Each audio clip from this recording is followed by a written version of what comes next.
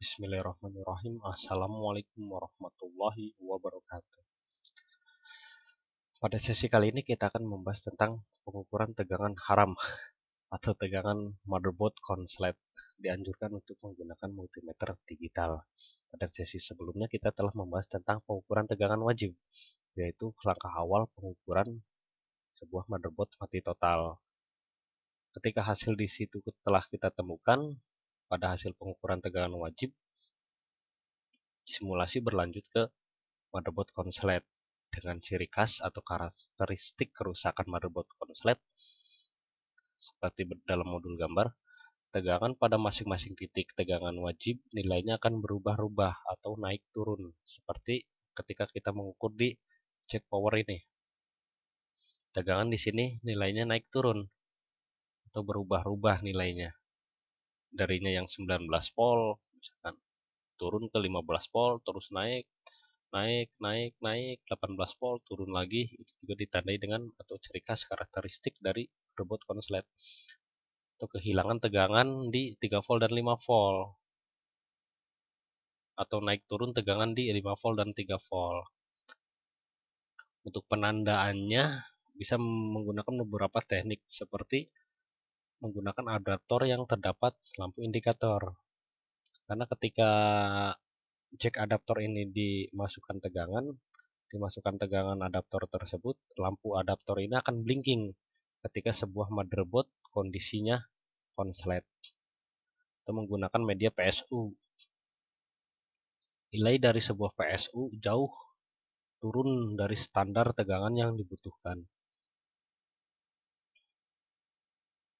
Di simulasi kita lihat atau dengan menggunakan media multimeter analog. Ditandai dengan jarum selalu ke kanan, melengseng ke kanan, walaupun ketika proses pengukuran probe sudah dibolak-balik, jarum langsung melengseng ke kanan. Silakan kembali ke materi pengukuran atau pengukuran komponen.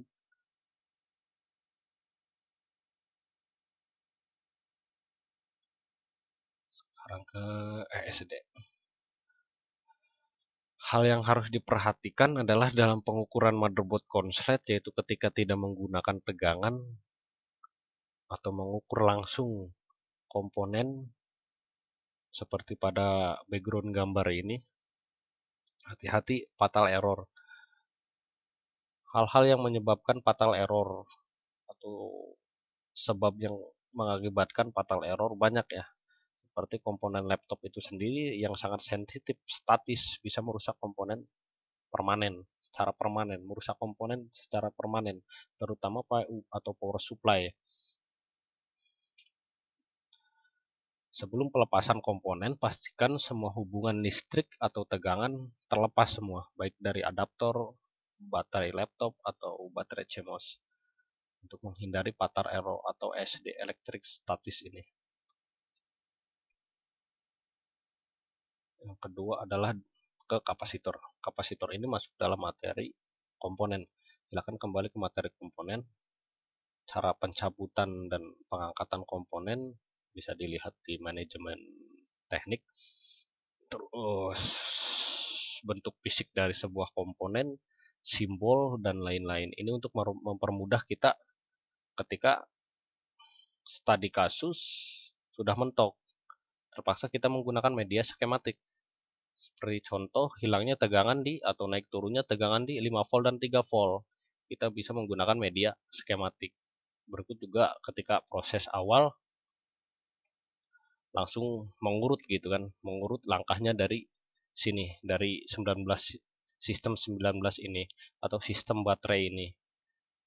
Sebagai contoh kita simulasikan kehilangan tegangan di 5 volt dalam skematik TPS 51125 nomor 42.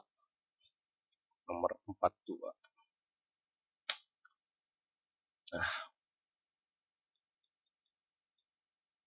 DC 5 volt dan 3 volt.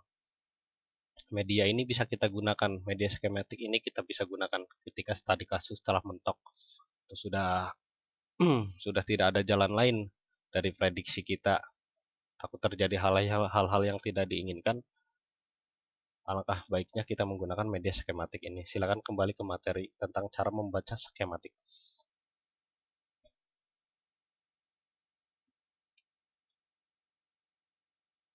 Lalu apa saja hal-hal yang menyebabkan sebuah motherboard konslet? Banyak faktor yang menyebabkan motherboard konslet, seperti rusaknya sebuah komponen. Contoh adalah kapasitor, MOSFET, PU, atau bahkan pada chip itu sendiri, seperti chip HM65 ini. Atau bahkan seperti pada gambar ini adalah bed. Atau ketika kita setelah melakukan proses soldering atau solder ulang pada komponen atau pelepasan pencabutan komponen, bersatunya salah satu kaki komponen, ini juga bisa memicu terjadinya sebuah motherboard konslet.